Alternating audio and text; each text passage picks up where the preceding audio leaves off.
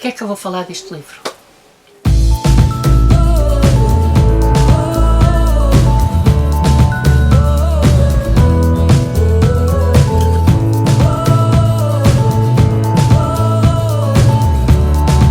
Olá, eu sou Maria João do Livros Gosto e hoje venho-te falar de Prisioneira do Tempo Atlântico, da Patrícia Madeira.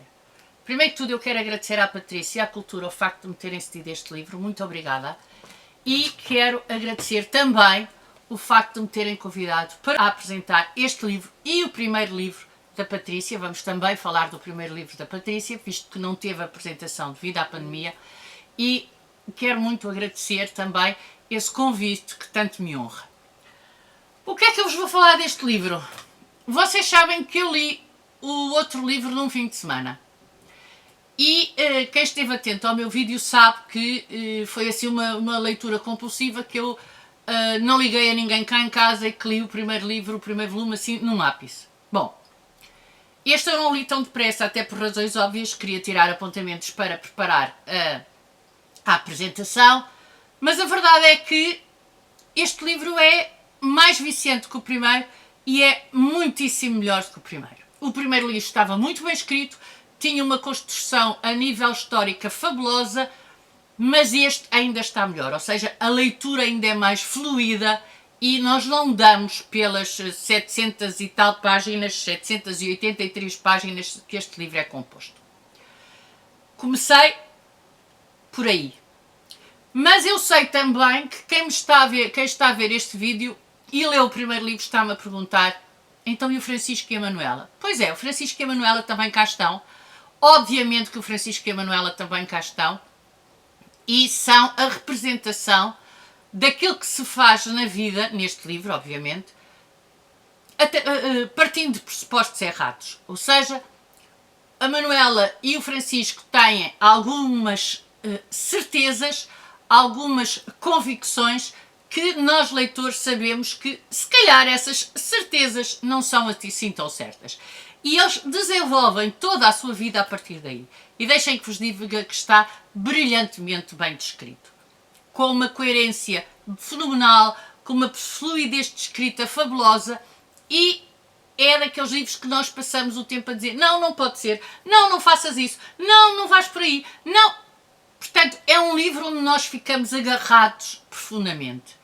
E estes dois amigos que reencontramos aqui no Atlântico, na Prisioneira do Tempo Atlântico, acabam por ser aqueles amigos de quem nós já tínhamos saudades do primeiro volume e acabamos por continuar o acompanhamento da sua vida como se de amigos íntimos se tratasse.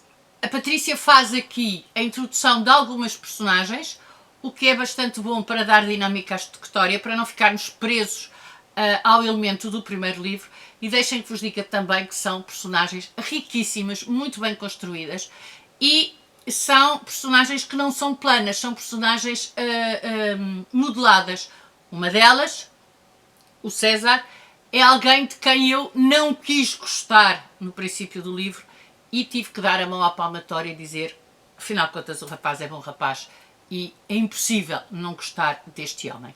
E, portanto, ela constrói essa dinâmica com as personagens novas, que em determinadas situações o leitor não está preparado para lá chegar e que é a escrita e a dinâmica da Patrícia que nos leva.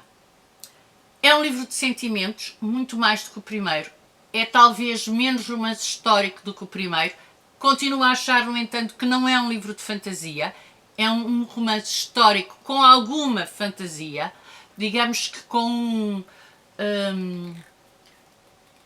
um toque de fantasia, mas para mim continua a ser essencialmente um romance histórico. E aqui eu apercebi-me, neste livro eu apercebi-me de algo que não me tinha apercebido ao longo do primeiro livro e se calhar não me tinha apercebido ao longo da vida, e portanto eu só tenho que agradecer à Patrícia, que é a história do Brasil.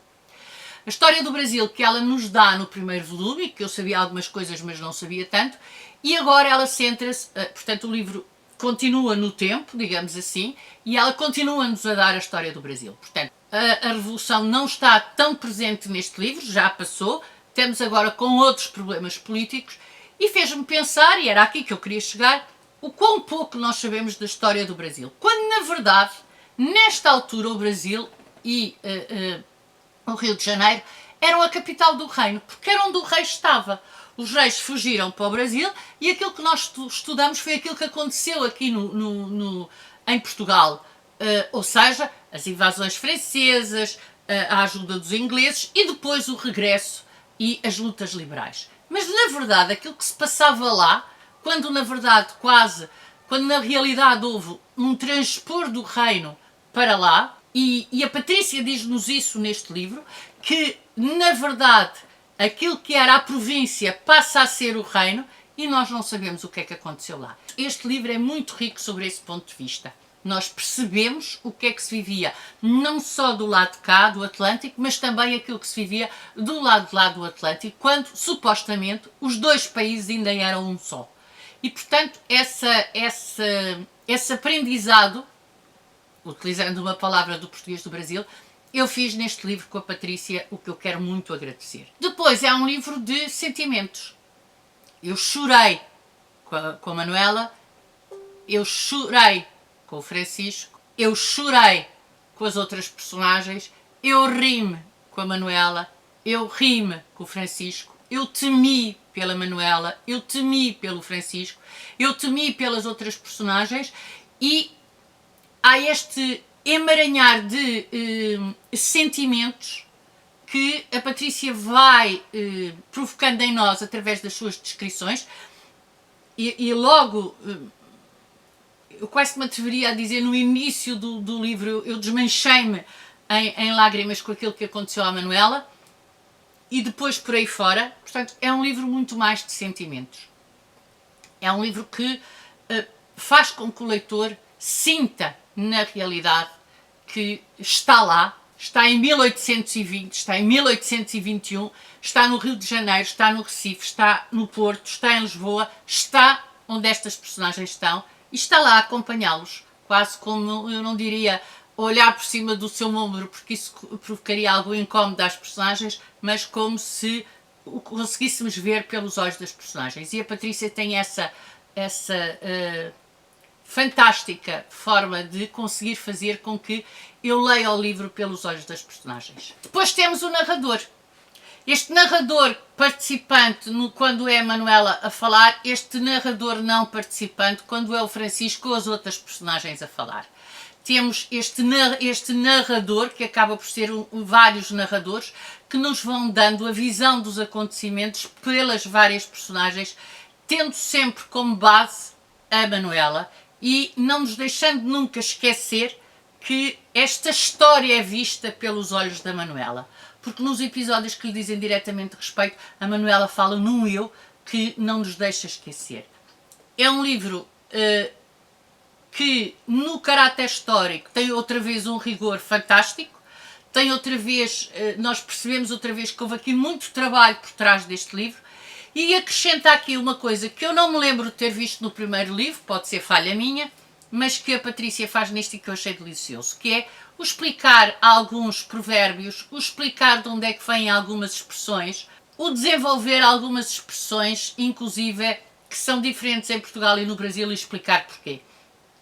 Esta história comezinha, como eu digo, esta história das coisas do dia-a-dia, para mim encanta-me tanto como a história com H maiúsculo que está presente neste livro e eu adorei algumas dessas explicações, nomeadamente porque é que se diz aquela palavra que cheira mal quando os autores entram no palco. Até isso a Patrícia explica, uma coisa que todos nós dizemos, todos nós sabemos, mas cuja origem provavelmente muitos de nós não conheceríamos.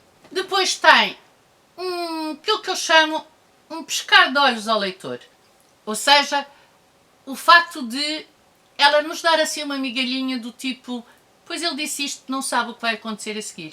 Ele disse isso sem pensar ou sem saber no que aí vinha. Ele disse isso porque desconhece.